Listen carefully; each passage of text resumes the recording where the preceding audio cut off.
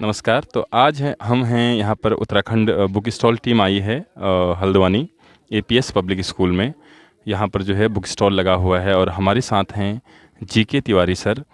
और मैं उनसे कुछ पूछना चाहूँगा कि किस तरीके से आज जो है क्लाइमेट चेंज हो रहा है, लेकिन हमें बहुत गहराई से मालूम नहीं चल पा रहा है।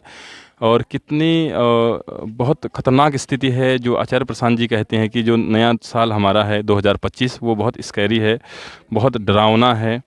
तो उस पे थोड़ा सा मैं पूछना चाहूँगा कि किस तरीके से जो है लोगों तक बात पहुँचे और क्या समस्याएं आने वाली हैं हमारे साथ, और ये आपको बताएंगे जी के तिवारी सर। नमस्कार गोविंद जी, बहुत बहुत धन्यवाद आपका कि आपने एक ऐसे संवेदनशील मुद्दे को उठाया है जिसकी ओर लोगों का ध्यान नहीं जाता है। लोग एंटरटेनमेंट के पीछे पड़े हैं, लोग मीडिया के पीछे पड़े हैं कि किस तरीके से उनको उनकी कामना पूरी हो। लेकिन जो सबसे महत्वपूर्ण मुद्दा अभी सारी दुनिया के सामने है वो है क्लाइमेट चेंज। हम सब ने देखा होगा कि 2024 का वर्ष अब तक का सबसे गर्म वर्ष था, लेकिन बात यहीं पर ख़त्म नहीं होती है। 2025 में हमें इससे ज़्यादा गर्मी के लिए तैयार रहना चाहिए। आने वाले सालों में बहुत गर्मी होने वाली है। ऐसे में जो हम जिन रोज़मर्रा की समस्याओं में पड़े रहते हैं वो बहुत कहीं पीछे रह जाएंगे। जब हमारा जीना ही इस दुनिया में मुश्किल हो जाएगा तो हमारी समस्याएं कहीं पर स्टैंड नहीं करती हैं। आप सब ने देखा होगा कि जो गोमुख है पिछले कम से कम 10 सालों में 5 किलोमीटर पीछे खिसक गया है ग्लोबल वार्मिंग की वजह से। दुनिया के और देश भी हैं, साउथ अफ्रीका है, अमेरिका है, भयानक गर्मी का अनुभव कर रहे हैं जो आज तक उन्होंने कभी नहीं की। तो क्लाइमेट चेंज आज की दुनिया का सबसे महत्वपूर्ण विषय है और दुख इस बात का है कि मीडिया इस बात को नहीं उछालता है। हमारे राजनीतिज्ञ भी इस मसले पर चुप रहते हैं, उनके सामने और समस्या है, लेकिन जो दुनिया की सबसे बड़ी समस्या आज क्लाइमेट चेंज, आचार्य जी ने इस बात को बहुत जोर शोर से उठाया है क्लाइमेट चेंज, और हर व्यक्ति इसके लिए जिम्मेदार है। जब तक व्यक्ति के अंदर चेंज नहीं होगा, उसकी मानसिकता में चेंज नहीं होता, उसकी चेतना में चेंज नहीं होता है, दुनिया में क्लाइमेट चेंज जैसी समस्याएं बढ़ती रहेंगी। धन्यवाद।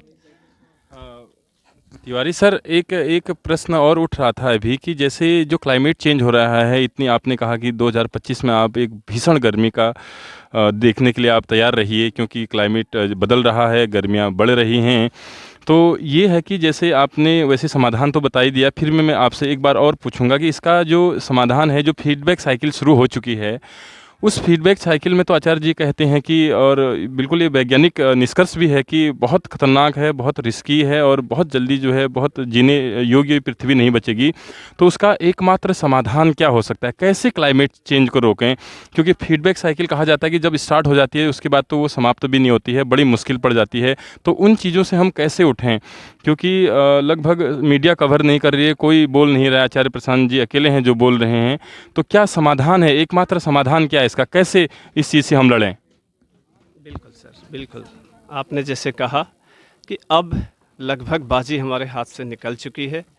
हम अब एकमात्र दर्शक बने रह सकते हैं, लेकिन अगर इस समस्या से जूझने का आज दुनिया के सामने कोई तरीका है तो वो है अपने अंदर बदलाव। क्योंकि कोई भी वैश्विक लेवल पर हो या पारिवारिक लेवल पर हो या व्यक्ति के इंडिविजुअल लेवल पर हो, संघर्ष अपने अंदर से शुरू होता है, तब जा कर के समाज में फैलता है, तब जाके देशों में फैलता है और तब जाके दुनिया में फैलता है। तो किसी भी समस्या का समाधान, चाहे वो क्लाइमेट चेंज हो या वॉर हो, हमारे अंदर से आता है। मतलब हमें अपने आप का अवलोकन करना है कि हमारे छोटे छोटे काम, बड़े काम की मैं बात नहीं करता हूँ, कि हमारे छोटे छोटे काम जो हम दैनिक जीवन में करते हैं वो किस तरीके से ग्लोबल वार्मिंग को बढ़ाते हैं या किस तरीके से मिसअंडरस्टैंडिंग पैदा करते हैं। तो हर व्यक्ति को ये सोचना होगा कि वो जो बहुत छोटे काम भी कर रहा है कि क्या उसका पर्यावरण पर क्या असर पड़ रहा है, उसका मानव जीवन पर, उसका जानवरों पर, पूरे ग्लोबल जो वेदर साइकिल है उस पर क्या प्रभाव पड़ रहा है। तो ये हर व्यक्ति की उसकी नैतिक और व्यक्तिगत महत्वपूर्ण जिम्मेदारी है कि वो अपने हर कर्मों को बारीकी से परखे। यही इसका एकमात्र समाधान है। तिवारी सर, एक एक छोटा सा क्वेश्चन और है कि आपने कहा कि हर व्यक्ति को बदलना पड़ेगा, सोचना पड़ेगा कि उसके कोई छोटा सा भी अगर वो काम कर रहा है तो उससे क्लाइमेट पे क्या चेंज हो रहा है, अपने जीवन पे क्या चेंज हो रहा है, समाज पे क्या चेंज हो रहा है। लेकिन बहुत लोग ऐसे होते हैं जिनको यही मालूम नहीं होता है कि मैं क्या कर रहा हूँ क्या नहीं, तो उसका रास्ता हमें कहाँ से मिले, क्या रास्ता है, कौन सा ऐसा तरीका है जिससे इंसान को पता चले कि जो मैं कर भी रहा हूँ सही कर रहा हूँ या नहीं कर रहा हूँ, कैसे उसको मालूम चले। क्योंकि बहुत लोग हैं जो अच्छा तो करना चाहते हैं लेकिन उनको एक रास्ता नहीं मिल पाता है, तो वो रास्ता वो कैसे पाएँ हो? बिल्कुल, इसका सबसे सरल तरीका जो मुझे सूझता है कि हमें अपने आप से प्रश्न पूछना पड़ेगा, अपने आप को ईमानदारी से उत्तर देना पड़ेगा। देखिए, ये हमारी चालाकी है कि हम सब कुछ जानते हैं, हम इतने डिसेप्टिव हैं, हम जानते हैं लेकिन करते नहीं हैं। तो जो हमारे चारों तरफ जो और चीज़ें हैं, उन पर विश्वास न करके हम अपने आप से पूछें कि हमारा काम क्या सही है। मुझे लगता है कि हमें अंदर से जवाब ज़रूर मिलेगा। आपका बहुत बहुत जीके तिवारी सर, जो आपने जो है इतनी अच्छी बात लोगों के साथ शेयर करी, आपका बहुत बहुत तहे दिल से धन्यवाद।